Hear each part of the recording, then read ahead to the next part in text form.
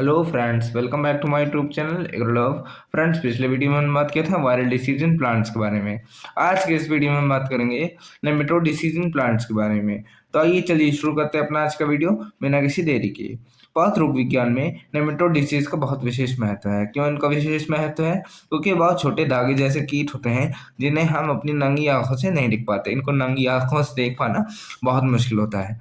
मुख्य रूप से ये मिट्टी के अंदर रहते हैं और पौधों की जड़ों पर आक्रमण करके उन्हें नुकसान पहुंचाते हैं। सभी नेमेटोड्स जो होते हैं वो हानिकारक नहीं होते, लेकिन जो नेमेटोड्स पौधे पर रहते हैं वह फसलों को गंभीर रोग उत्पन्न करके उनको नुकसान पहुंचाते हैं। इस कारण पौधे की वृद्धि रुक जाती है और उसकी उपज कम हो जाती है। उपज मतलब प्रोडक्टिविटी, जिससे किसानों को आर्थिक नुकसान उठाना पड़ता है, भारी आर्थिक नुकसान उठाना पड़ता है।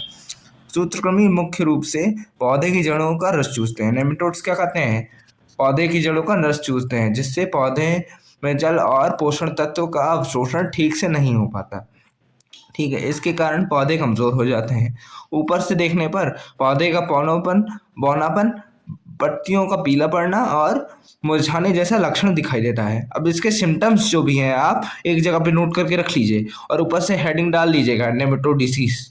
ठीक है, नेमेटोड डिसीज सिम्टम्स डाल के आप इसका लक्षण नोट कर लीजिए। ठीक है, लेकिन किसान इसे क्या समझते हैं कि ये लक्षण किसका है? खाद की कमी का, जबकि ये वास्तव में क्या होता है? सूत्रकृमि का आक्रमण होता है। ये कारण है कि नेमेटोड डिसीज की पहचान करना थोड़ा कठिन होता है। यही विशेष कारण है, मुख्य कारण यही है। नेमेटोड डिसीज के मुख्य रूप में है रूट नॉट रोग, सिस्ट नेमेटोड रोग, ठीक है, रेनी फार्म नेमेटोड रोग, बरोइंग नेमेटोड रोग तथा तना और बल्ब नेमेटोड रोग शामिल हैं। रूट नॉट रोग में सबसे सामान्य रोग है ये जो नेमेटोड रोग का है। नेमेटोड डिसीज का सबसे सामान्य रोग कौन सा है? Root knot. इसका क्या मतलब होता है? फसलों की में गांठें बनाता है, फसलों में ये गांठें बनाता है। रूट नॉट मीन्स फसलों में गांठें उत्पन्न करता है, ये फसलों की गांठों कहा जाता है, जिससे पौधे की कार्य करने की क्षमता समाप्त हो जाती है। ये रोग टमाटर, बैंगन, भिंडी, कपास और सब्जियों में अधिक पाया जाता है। शिस्ट नेमेटोड रोग में जड़ों पर नींबू के आकार जैसी संरचनाएं बन जाती हैं, जिसे सिस्ट कहते हैं। अब संरचनाएं का क्या मतलब होता है? संरचनाएं को हम इंग्लिश में कहेंगे स्ट्रक्चर्स। ठीक है, ये रोग आलू और गेहूं में अधिक हानिकारक होता है। रेनिफॉर्म नेमेटोड रोग में, ठीक है, ये क्या करते हैं? जड़ों को आर्थिक रूप से नुकसान पहुंचाते हैं, आंशिक रूप से नुकसान पहुंचाते हैं, जिससे पौधों की वृद्धि धीमी हो जाती है। और ये रोग कपास, ठीक है, सोयाबीन और दलहनी फसलों में अधिक पाए जाते हैं। बरोइंग नेमेटोड रोग मुख्य रूप से केला, नारियल में पाया जाता है, जिसमें जड़ों के अंदर सुरंगें बन जाती हैं और जड़ सड़ने लगती है। तना और बल्ब नेमेटोड रोग पौधों में क्या करते हैं? पौधों के तनों में सूजन आ जाती है और प्याज व लहसुन जैसे पौधों में बल्ब सड़ने लगता है।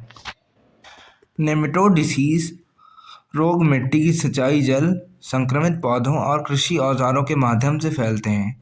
इन रोगों के नियंत्रण के लिए स्वस्थ पौधे का चयन, फसल चक्र को अपनाना, खेती की स्वच्छता बनाए रखना और प्रतिरोधी किस्मों की खेती करना आवश्यक है। इसके साथ ही जैविक पदार्थों का उपयोग करके नेमेटोड नाशकों का सीमित उपयोग किया जाता है। आवश्यकता अनुसार जो सीमित उपयोग किया जाता है, जितना आवश्यकता हो उतना ही उपयोग किया जाए तो ज़्यादा सही रहता है। जैविक खाद क्योंकि बहुत ज़्यादा हानिकारक होती है। ज़्यादा आप यूज़ कर लेंगे तो वो क्या होता है कि उससे आपका जो फसल होता है वो जल सकता है। इस प्रकार नेमेटोड रोग का समय पर पहचान करके और उसका सही प्रबंधन करके फसलों को बचाया जा सकता है और कृषि को अधिक लाभकारी बनाया जा सकता है। तो that's all for today's lecture. आपको वीडियो कैसा लगा प्लीज़ हमें कमेंट करके ज़रूर बताएं। हाँ, वीडियो अच्छा लगे तो वीडियो को लाइक करें और हमारे चैनल को सब्सक्राइब करें। जुड़े रहें हमारे चैनल से अपने खेत से जुड़ी हर इम्पोर्टेंट अपडेट्स पाने के लिए और पढ़ते रहिए, क्योंकि खेती हमारी जान है और ज्ञान हमारी ताकत। Till then, bye bye.